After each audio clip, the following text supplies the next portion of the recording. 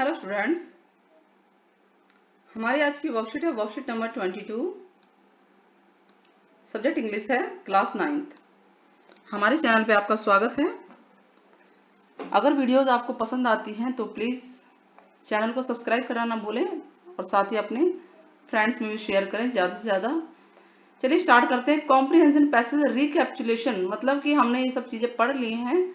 ये दोनों जो फिगर दिख रही है इससे रिलेटेड हमने चीज़ें पढ़ी हैं और उसको हमें रिकैप्चुलेट करना है, मीन्स कि अब रिवाइंड करना है, रिवीजन करनी है कि क्या हमें वो चीज़ें याद है कि नहीं है। चलिए स्टार्ट करते हैं। दो पिक नजर आ रही हैं आपको, पिक 1 एंड पिक 2। पिक 1 में एक लेडी नजर आ रही है, कुछ बजाते हुए नजर आ रही है, और पिक 2 में आपको दो रोड नजर आ रहे हैं। ठीक है, दो पाथ नजर आ रहे हैं। तो आपको कुछ याद आया कि ये कौन सी पिक हो सकती है? यस, तो पहली वाली तो आपको एवलिन वाली है। ठीक है, ये जो महसूस करके जिसने सीखा बजाना चीजों को, इंस्ट्रूमेंट्स को। और दूसरी वाली पोएम जो है, जो रोड वाली थी, जो रोड डाइवर्ज हो रहे थे, द रोड नॉट टेकन, वो वाली से रिलेटेड है। तो अब इससे रिलेटेड हमें रिकैप्चुलेशन करना है, क्वेश्चंस स्टार्ट करने हैं। डायरेक्ट एमसीक्यूज हैं ये, ऑप्शंस दे रखे हैं हमें। तो पिक 1 है, look at the pick 1 and answer the following question. Who is the lady? Pick 1 में कौन लेडी है ये बताइए।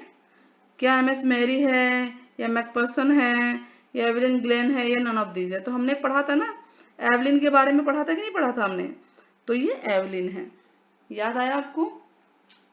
तो हमारा आंसर क्या होगा? Evelyn Glenn.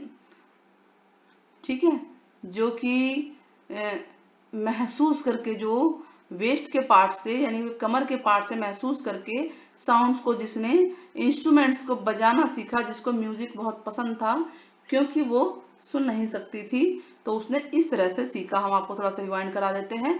और ये जो रोड है, ये द रोड नॉट टेकन का है। इसमें पोएट ने वो रास्ता चुना था, वो रास्ता चुना था जिसपे बहुत कम लोग गए। देखिए जिसपे ग्रास है ना, एक तो वह जिसपे ग्रास नहीं है यानी जिसपे बहुत लोग गए, यानी कहते हैं कि इसने वो रास्ता चुना जिसपे बहुत कम लोग गए, यानी कि लाइफ में वो अपॉर्चुनिटी चुनी इसने जिसपे बहुत कम लोगों ने चुना, ताकि ये डिफरेंस रखे अपने और अदर लोगों के बीच में, और कुछ अलग दिखे, हाँ कि मैंने कुछ अलग प्राप्त किया है। तो ये पोएम ये हमें बताती है कि हाँ भाई, हमें लाइफ में डिसीजन सोच समझ के लेने चाहिए और कुछ ऐसा नया करना चाहिए कि हाँ लोगों को दिखे कि हमने कुछ नया किया है, अपने लिए ही, दुनिया के लिए, किसी के लिए भी जो है कुछ अलग कीजिए। नाउ क्वेश्चन नंबर 1 हो गया। Question number 2, what is she trying to do in pick 1? Pick 1 में वो क्या कर रही है? आप देख रहे हैं कोई इंस्ट्रूमेंट बजा रही है, तो क्या कुकिंग कर रही है? नो। सिंगिंग कर रही है? नो। सिंगिंग तो कर नहीं सकती। डांसिंग कर रही है? No. Playing a musical instrument, तो वो एक म्यूजिकल इंस्ट्रूमेंट को प्ले कर रही है। Now question number 3, Evelyn is the most sought after, मतलब वो काफी वो फेमस हो गई थी, तो वो मल्टी क्या बनी थी? Multi dash of the world with a mystery of some thousand instruments, मतलब कई सारे इंस्ट्रूमेंट उसको जान चुके थे, रहस्यमय जिसके मास्टरी, सॉरी मास्टरी, मतलब कि कई सारे हजारों इंस्ट्रूमेंट की वो मास्टरी कर चुकी थी, मतलब उसको बजाना आता था जबकि वो सुन नहीं सकती थी। तो यहाँ क्या आएगा? मल्टी क्या? मिलीनियर बन गई थी। मिलीनियर मतलब बहुत ज्यादा पैसा है। लिंगुअल बन गई थी, बहुत लैंग्वेज जान गई थी। नेशनल? नो। तो इसका क्या होगा? परकुशनिस्ट। यानी परकुशनिस्ट क्या होते हैं? बहुत सारे इंस्ट्रूमेंट इस तरह के जो बजाने वाले होते हैं उनको कहते हैं। क्लियर है? स्पीड तेज तो नहीं है, चलिए थोड़ा स्लो कर लेते हैं। शी इज एन, इस पे ध्यान दीजिए, an dash two millions of people, वो जो है लोगों के लिए मिलियंस ऑफ क्या थी? Dash, who get dash by her determination, जो उसके संकल्प से कुछ सीखते थे।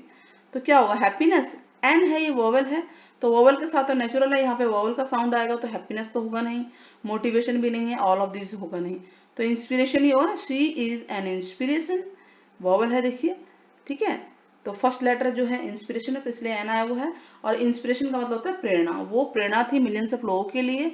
और हु गेट इंस्पायर्ड, और कई सारे लोग इंस्पायर भी हुए थे। तो आंसर है हमारा बी। क्लियर हो गया? पिक 1 क्लियर हो गया एवलिन के बारे में। ठीक है, जो बहुत सारे इंस्ट्रूमेंट को बजाना सीख चुकी थी, इसकी मास्टरी थी, और बहुत ही डिटरमाइंड लेडी थी ये, मतलब कि ये परिस्थितियों से हारती नहीं थी। तो क्या सीखा हमने इससे कि हमें भी अपनी परिस्थितियों में हारना नहीं चाहिए। अगर किसी मान लीजिए लाइफ में स्ट्रगल करना ही पड़ता है, अगर लाइफ में हार होती है या लॉस होता है तो उससे भी हमें सीखना चाहिए। हमें ये ध्यान रखना चाहिए कि हमारे पास जो है बहुत कुछ है और उससे हम बहुत कुछ प्राप्त कर सकते हैं। Now the road not taken के बारे में ये पिक 2 है। क्या क्वेश्चन है? द रोड नॉट टेकन क्या है? ये पोएम है, प्ले है, स्टोरी है, बैलेड है? तो ये पोएम हमने पढ़ा था ना, पोएम है, तो इसका आंसर होगा ए। Why did the poet select the less taken up road? Less taken up का मतलब होता है जिसको कम लोगों ने चुना हो, वो उसने क्यों चुना? To make he lost his way, क्या वो रास्ता भूल गया था? नहीं।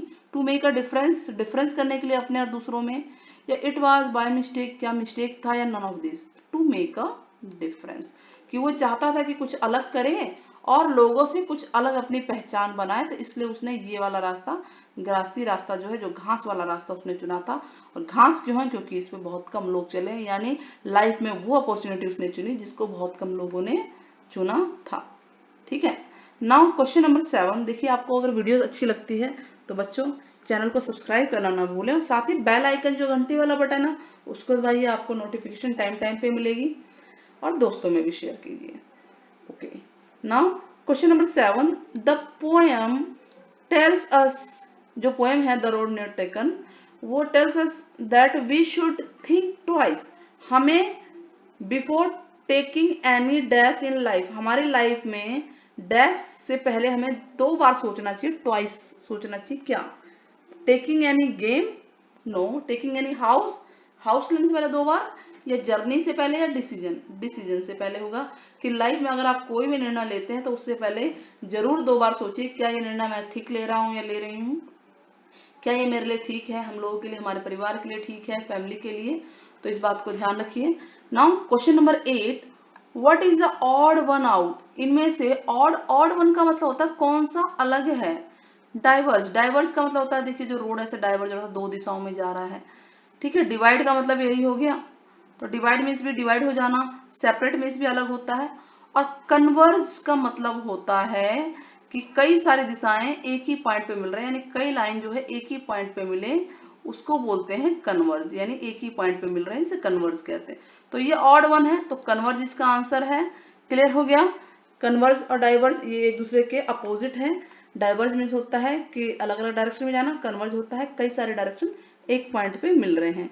जैसे चक्कर, गोल चक्कर, उस पर कई सारे रोड मिल रहे होते हैं ना, तो वो कन्वर्ज पॉइंट हो गया। तो इस तरह से हमारी ये वर्कशीट पूरी होती है। आपके स्क्रीन पे आंसर भी नजर आ रहे होंगे 1 से लेकर 6 तक, उसके बाद आगे 7, 8। होप आपको वीडियो पसंद आई होगी। पसंद आई होगी तो बच्चों आज की छोटी वीडियो है, और नेक्स्ट वीडियो जल्द ही आएगी आपके। Till then take care, bye bye.